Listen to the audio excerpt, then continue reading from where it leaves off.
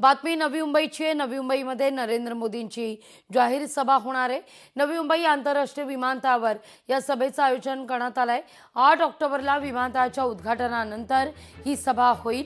नवी मुंबई विमानतळावर मोदींच्या सभेची तयारी जोरदार सुरू आहे। या सगळ्याचा आढावा घेतला आपल्या प्रतिनिधी आकांक्षा देशमुख यांनी।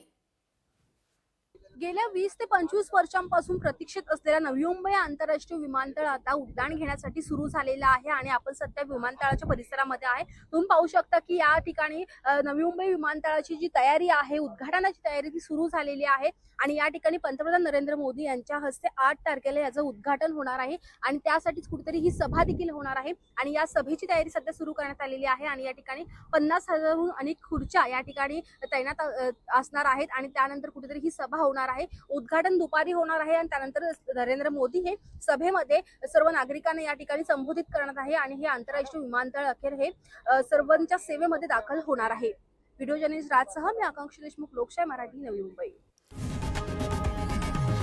लोकशाही मराठी ऐका, पहा, जागरूक रहा।